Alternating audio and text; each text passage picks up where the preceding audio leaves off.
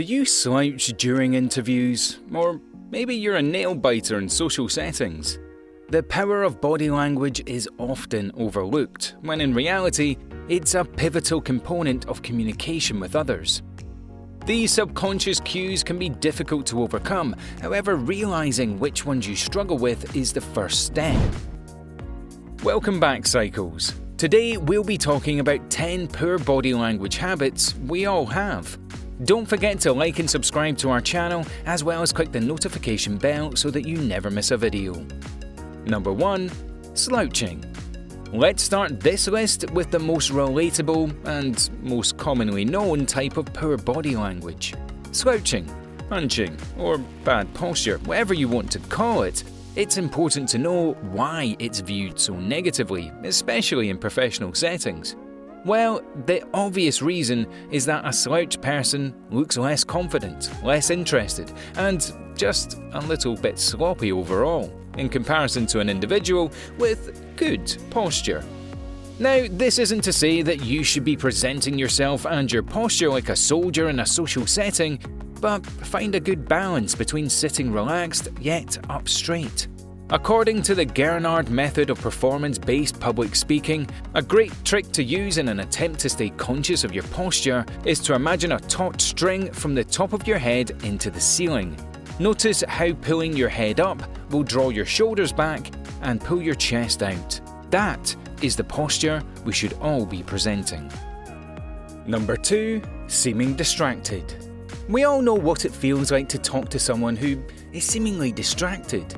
It's like talking to a brick wall who maybe smiles and nods every so often. Now, seeming distracted during a conversation may not seem like a poor body language habit, but attentiveness is shown mostly through body cues like eye contact and facial expressions.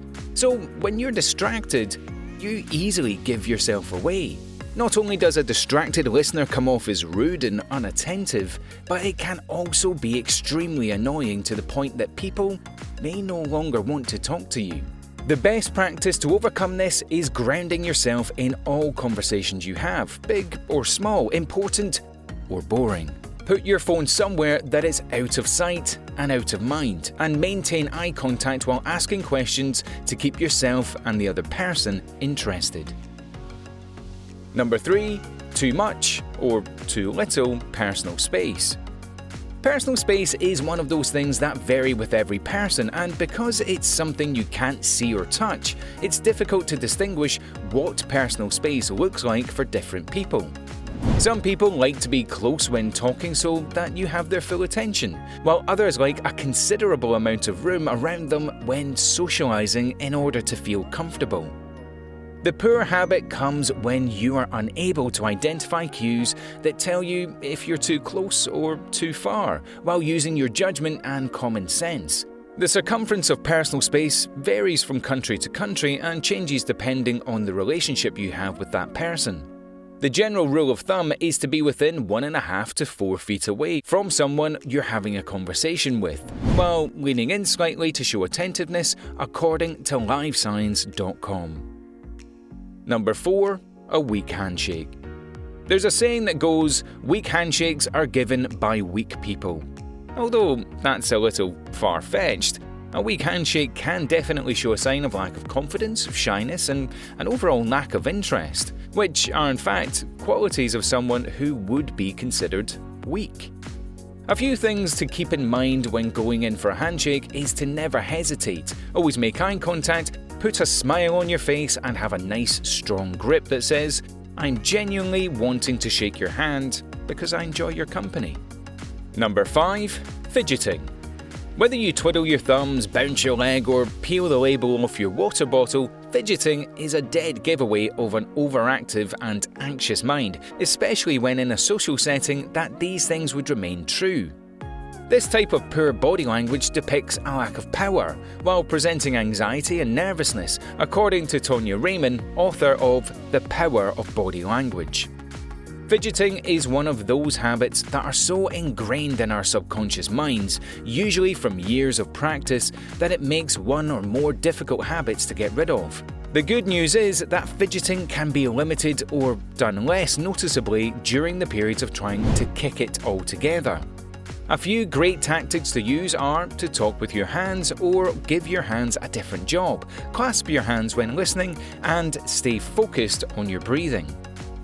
Number 6. Playing with your hair. Speaking about fidgeting, playing with your hair is one of the more popular fidgeting tactics that people use. Touching, finger brushing, twiddling, or redoing your hair during a conversation or in a professional setting can be totally distracting by taking away the focus on the topic of conversation. It can also show that you feel insecure about how you're presenting yourself in front of other people, showing a lack of confidence and a big focus on your own physical looks. We suggest trying the anti-fidgeting tactics we mentioned before to help kick this distracting habit to the curb. Number 7. Forgetting to smile. Smiles are the unspoken gesture of kindness. According to author Tonya Ryman, when you smile, it depicts you as a confident, warm-hearted, open and energetic individual. So you can see how poor of a habit it is to forget to smile. When you forget to smile, you may be perceived as closed off, cold, or uninterested, which is not how you're actually feeling inside. So there's nothing more to do for this poor habit than to smile more often.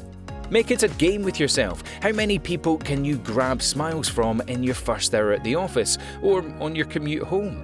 Not to mention, smiles are contagious.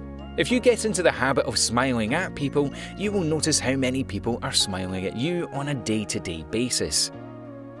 Number 8. Autopilot closed-off poses.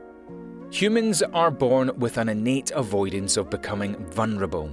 It's a safety mechanism that is rooted in all of our primal protection tendencies. So it's no surprise that the majority of us, the autopilot go-to pose or stance is closed off. Legs crossed, arms crossed, expressionless stance.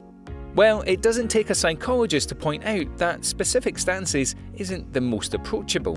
In fact, this closed-off stance can come off as defensive and uncomfortable according to body language author Patty Wood. It's best to practice an open and relaxed autopilot stance that will make you seem confident, interesting to talk to, and approachable. Keeping your hands in view of the other person is also a great way to show that you're not trying to come off as defensive or like you're hiding something. Number 9. Appropriate eye contact. They say the eyes are the windows to the soul, and although we can't say if that's true or not, what we can say is that eye contact is extremely important when it comes to making genuine connections or having genuine conversations. Too little or too much eye contact is where poor body language habit comes into play. Intense eye contact may make the other person feel uncomfortable while making it seem like you're nervous, while too little eye contact shows a lack of interest and being distracted. The best way to go about making eye contact is to take long glances at the other person in the midst of conversation. Ensure to accompany proper eye contact with open, relaxed body language, and a confident posture to come off as genuine rather than staged. And lastly, number 10. Statue syndrome. The worst type of body language is none at all. Remaining too calm in a conversation can make you seem like you aren't interested or daydreaming, while a stone-cold stance acting as a barrier for your anxiety and nerves can scream uncomfortability and readiness to flee. If you're someone that struggles with making natural, relaxed body language and gestures, don't sweat it. There are a few things that can help. You can subtly mimic or mirror the gestures and body language of the person you're talking to. Remember to smile whenever necessary, use hand gestures to explain things, and change your position every so often to keep your stance as natural as possible. Over time, this will become second nature. Well, Psychos, that wraps up today's video. Let us know in the comments below which of these poor body language habits you have. Also, make sure to leave us a like and share this video with your friends, and also subscribe to our channel for more Psycho videos. We hope you learned something, and we'll see you in the next one.